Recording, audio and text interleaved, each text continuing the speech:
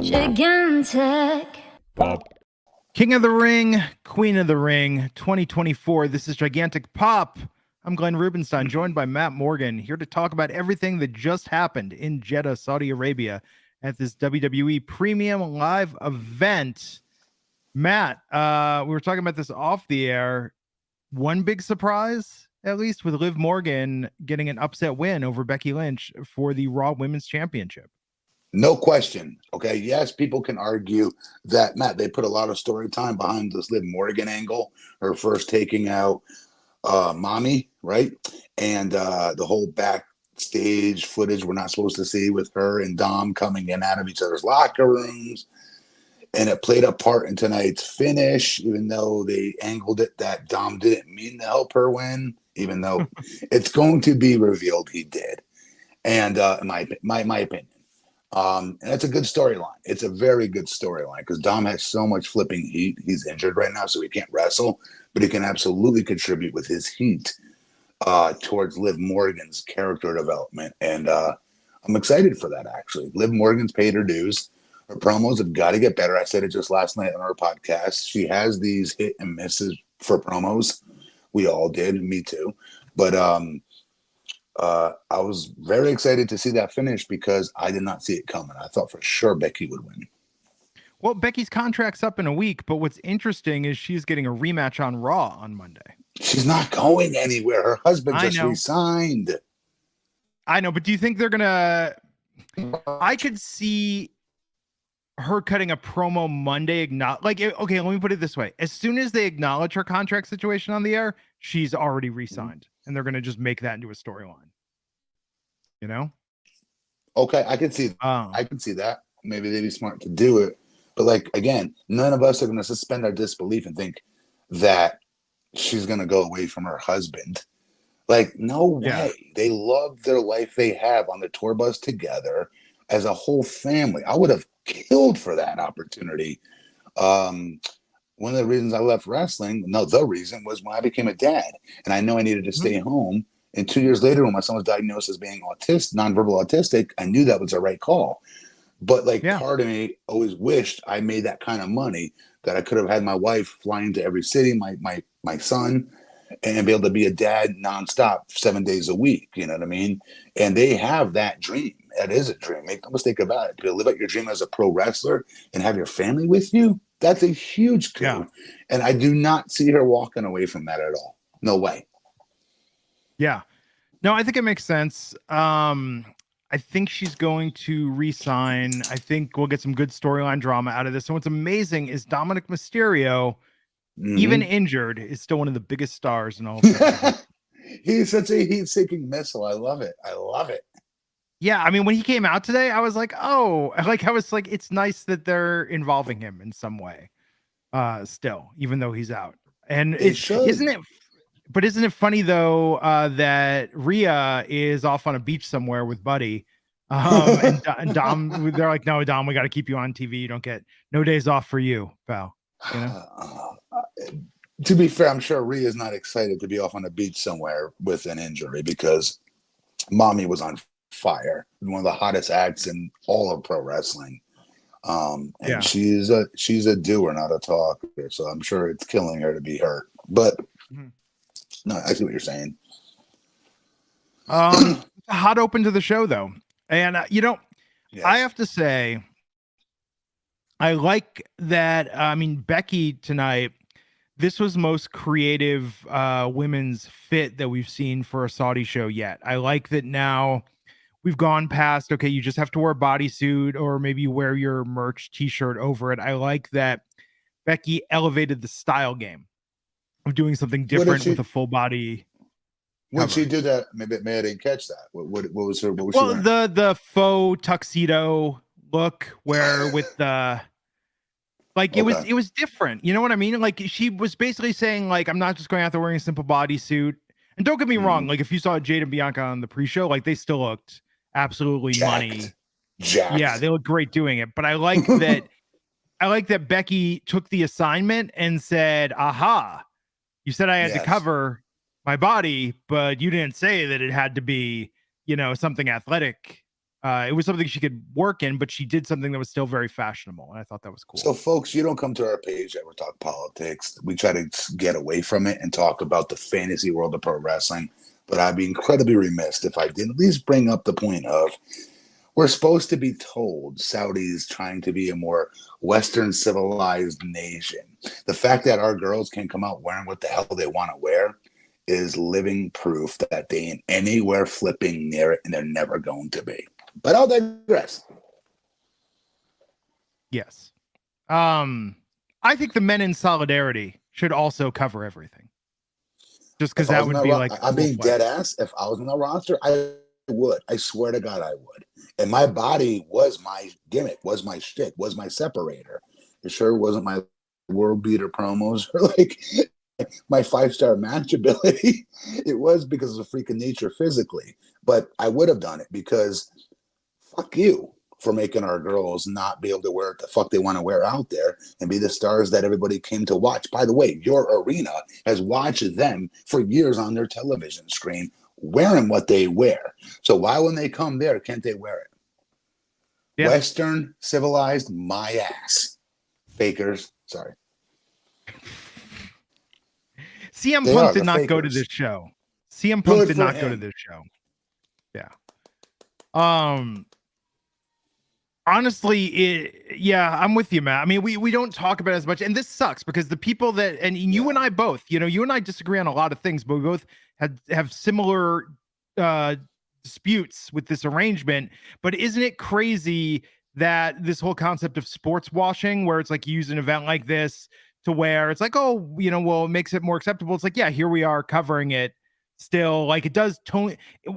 Congrats, WWE and KSA. You got one over on all of us, because here we are today talking about this, softening all critiques and saying like, well, at least more women wrestled on the show. No,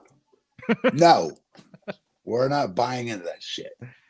I know. But that's not what the people came for. No, sir.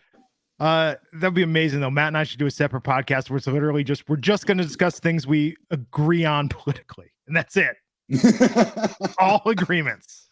It's gonna be the weirdest political show ever. Yeah, and Jade and Bianca defeated Indy and Candice on the pre-show. Of course they did, but they looked fabulous as well. Second match of the night was Sami Zayn versus who got an amazing reception versus Bronson Reed and Chad Gable with Otis for the Intercontinental Championship. What did you think of this match? I love this match. Sammy does such a great job.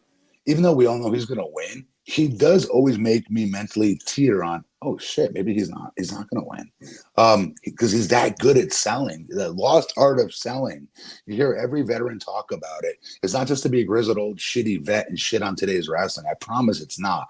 It's because it really legit is a lost art. And there's very far and few between that get it, like Sami Zayn does. He is such an amazing seller. And it sounds easy to people. How hard is it to take a power bomb and then sell? It is hard, okay, to make it look realistic.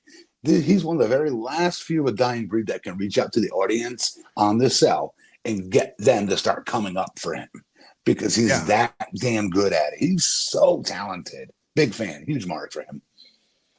No, he did great. Gable settling into this full heel role. He's doing really well. Bronson Reed, I have to give it to them that they're giving him, they're giving him a lot of opportunities. My worry is when you get a guy with his physique, it's tough to escape. I mean, Otis was trapped in this for a long time. It's tough to escape, being in an Otis-like role or being the Funkasaurus. So I like that I love his entrance video. With the idea of just him looking like an absolute monster. I mean, I thought this was really cool. And Glenn, you hit it on the head. They don't put any funk with it. They don't put any comedy with him. He is a friggin' killer, and he exhibited that in the match. For a majority of this match, he owned that match and looked dominating as hell. And those were the times I'm talking about where Sammy's doing such a great job of selling. Like, shit, it's a three-way. Technically, Bronson Reed could pin Chad Gable and he loses his title. Like that entered my head for like 2.5 seconds at one point because Sammy's selling and Bronson Reed playing the part of being so damn domineering. Second I saw Sammy come out, it was just like, oh no, Sammy's like, don't even suspend disbelief. Sammy is winning this. The crowd loved him. Thought it was good. You know, going back to the first match, it was interesting that with Liv and Becky, I feel like because that storyline, I don't want to say it's slapped together, but Becky's whole title reign, everything with Rhea, you know, getting injured post-Mania, I felt like the audience didn't have as much of an investment in that. And the challenge that they had is because they put Bianca and Jade on the pre-show. I agree with that. Liv and Becky didn't get that first match energy of the card. You know, so Liv winning was You're right. Liv winning was a moment, but it's unfortunate that I feel like the audience, I couldn't put my finger on it. I was watching it, and I didn't realize Bianca and Jade was on the pre-show. I thought they were going to save that for a cool down later, or just, you know, something to change up the pace tonight. So I mean, because it was a squash match, we knew that they were going to beat Candice and Indy, but I didn't once I realized it was on the pre-show, I was like, oh, that's why the energy was kind of low for that kickoff match, because Bianca or Becky and Liv anywhere, you'd think that would just be electric, but I think that the pacing tonight in the second match was difficult spot. It is. I agree. Yeah. It was good though. I thought, but you know, to kind of like people in the chat are saying like, oh, we predicted it wrong. Yeah. I mean, I watched that match with a very perfunctory attitude of just kind of like, okay, well, Becky's going to knock out a win here, you know, and then when Dom showed up. Yeah. So to the smart asses in the chat, Raj did call Liv Morgan for what it's worth. I didn't. Yeah. And yeah, but it was nice because it started unpredictable for me. I was like, okay, maybe we don't know everything that's going to happen. And in fact, we'll talk about, because I think the most debated thing was Randy versus Gunther of who's going to win, and we'll talk about that. But then we went from what was the next one? Well, after Sammy, we had Nia and Lyra Valkyria in the finals of the Queen of the Ring tournament. I mean, I think we all knew Nia was winning this. Yes, I think we all called this one. Again, the chat. You called it wrong. No offense. Don't watch the show. We wanted to predict that we're going to win and lose. Don't call any one of them and find out who's going to do it. That's what I want to do. That's not like you watch the show to make me all laugh, right?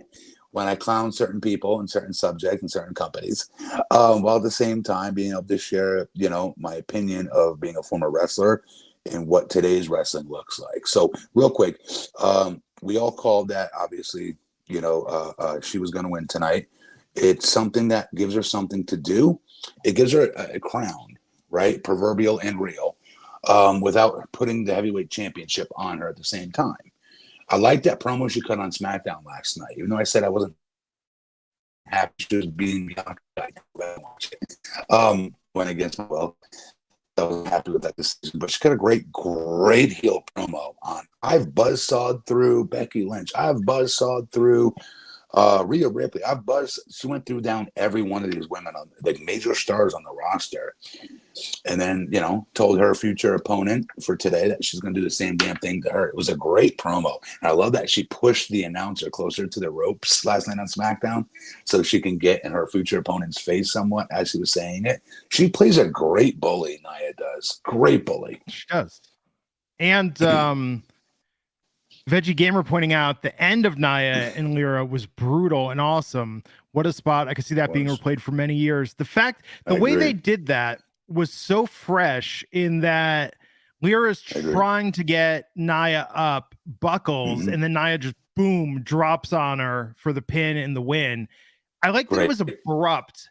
And the problem that I have with a lot of wrestling matches, and this is in both major promotions, both AEW and WWE. I was gonna say, Matt, the problem I have, NXT, SmackDown, I don't care what you're watching, most wrestling matches have a rhythm to them, especially in the final sequences. So to have a real abrupt ending, it felt super real.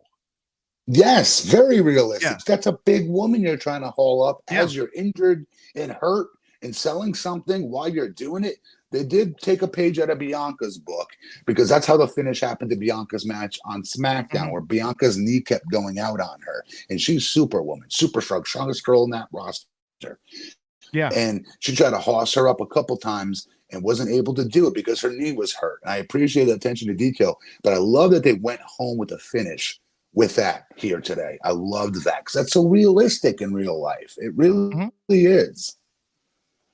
You know what it feels like if I were to compare the rhythm of it, just for people to get a sense? It's like when you're listening to a song, and everyone pay attention to this, when you're listening to a song that doesn't fade out, right? Most songs end on the one, where it's like, bands do da-da-da-da-da and duh, No, bro, I'll do you one better. Right when they're about to hit the hook of the song that you're dying to hear, they fucking cut it. They cut it right there, like the first 3 lyrics of the hook. And you're like, what? No, that can't be right. Yeah. It was great. I like the so real. The rhythm wasn't there. Wrestling, the finish. Yes. Remember the 80s? Kids Incorporated used to do this when they would cover a song. They would always do like the end of the song and then hit the Incorporated K-I-D-S. I remember that. If you watch the videos on YouTube, whenever they finish the song, all the songs sort of end with the cha-cha-cha. Like, that little like flare at the end. Yeah. Yes. And I feel that's how so many wrestling matches go, where it's just like boom, boom, boom. It's like all on a rhythm. But this felt real. It didn't feel orchestrated. So I agree. It was cool. It was really cool. Very Good cool. for Nia. Yep. She's coming for Bailey. That's going to be a great match at SummerSlam. Yep, it will.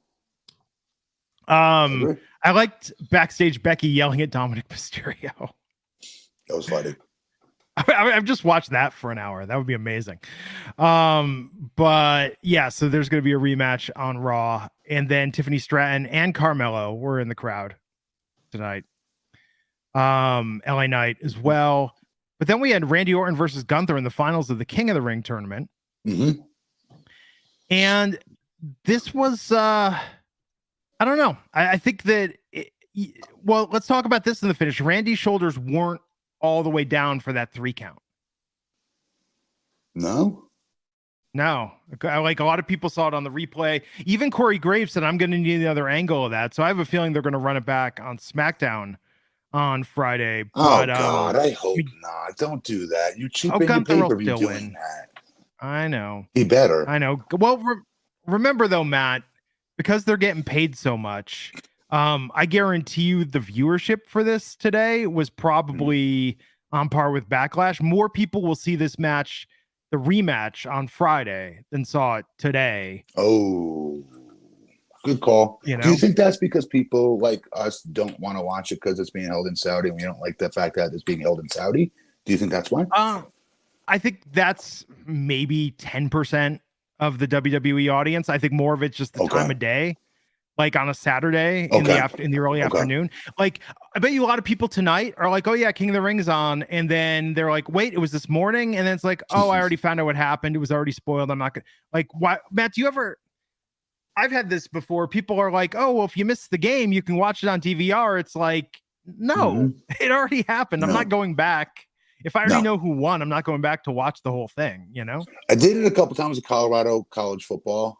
Big fucking Deion fan here and his sons. Sure. But I did that for that reason a couple times, but then that died quick after 2 games. No. Yeah. Yeah, unless there's something remarkable that happens, like live events are kind of spoiled. But no, I thought this match was good up until then. I thought Randy was going to win, and I was invested in how Randy was going to win because Gunther is literally a mountain to climb. Yes, he is. But they made the right booking decision. I'm sorry, they just did. Gunther just gave up the Intercontinental title at Mania to Sami Zayn. You have to let him bounce back with this crown. It's a nothing crown. No disrespect, but it is. Meaning, but yes, they get a world championship match. That's a huge coup, a big deal for the winner. It is. But the crown itself of being king or queen of the ring hasn't meant a big deal in the last 5 to 7 years. It just hasn't. And now I like that Hunter's trying to make it mean something again. I do, because it used to mean something. Remember when Billy Gunn won this? Billy Gunn won King of the Ring, and he was supposed to be the next anointed one, and it didn't work out his way. Rock didn't want to work with him, or whatever the reason was.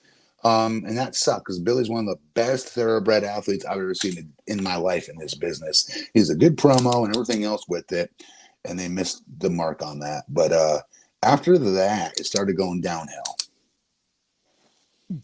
Gunther calling a shot and saying he's going for the World Heavyweight Championship, and then Triple H announcing immediately, almost after, that Drew McIntyre is going to face Damian Priest for that Clash of the Castle. It's like, okay, Gunther versus Drew at SummerSlam. That's going to be a hell of a match. Yes, it will. Hard hitting as fuck. I can't wait to watch that. And Fun Times with the Games, Buck 99 said Triple H said Randy's going to get a rematch with Gunther. I mean, okay, Randy Gunther went better over. win. Gunther better win. Yeah. Hold that Randy Orton legacy storyline with Cody for something on a different day. Like, hold that off. It doesn't have to happen right now. Yeah. It doesn't. No, he listen to me. will. Gunther has to have a exclamation mark win on a major star. Yeah. He will. Randy's got business with the bloodline in the near term. I still think if they can't get The Rock for SummerSlam against Cody, it's going to be Randy Orton versus Cody at SummerSlam. Because that's a really good story. They've got legacy business. It is, but it's not at the same time. The match. Sorry, guys. That's my garage. Sorry. No, sorry, it's my backsliding glass door. It means my son's going to pull my wife. I'm sorry. I don't know. It's such a boring match. That's going to be such a boring match, especially with two baby faces. Unless Randy becomes an asshole heel, which is what he's best at. Yeah, I'm not going to be emotionally invested in it. I'm sorry, but they have history. Yes, they did. When Randy Orton was a prick ripping urinals off the wall trying to pop Cody. Yes, that back then they were. Babe, I'm begging you.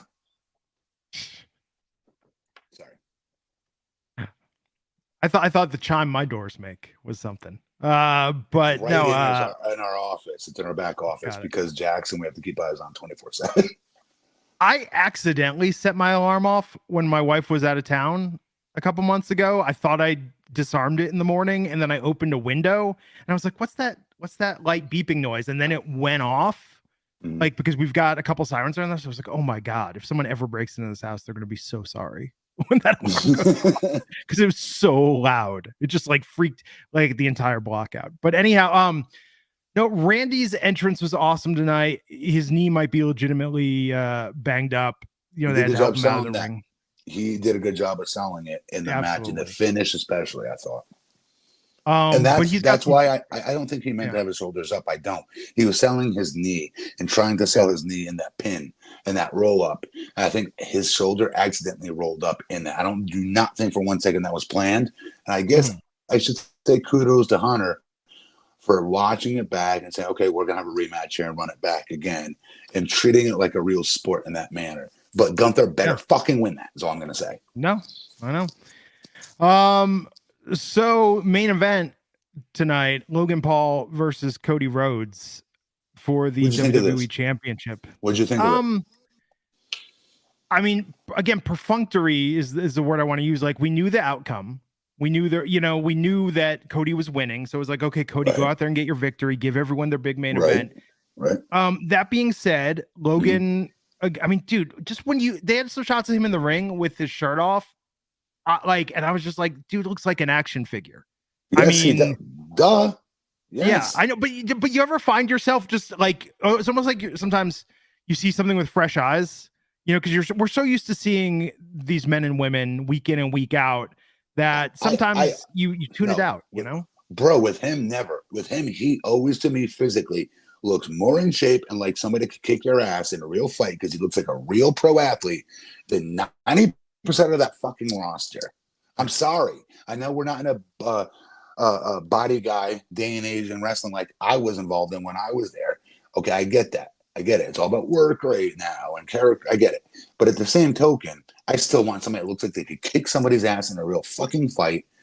And Cody's built his body up over the years. Sure. He got himself in good shape where he's got some abs at least, right? He looks athletic. But dude, you're right. Logan Paul is a walking, talking, living, breathing action figure. And it's all the more dickier, right? It makes you hate him all the more. It makes an average Joe hate that kid even more because of it. It's great. How many hours a day? How many hours a day you think he spends in the gym?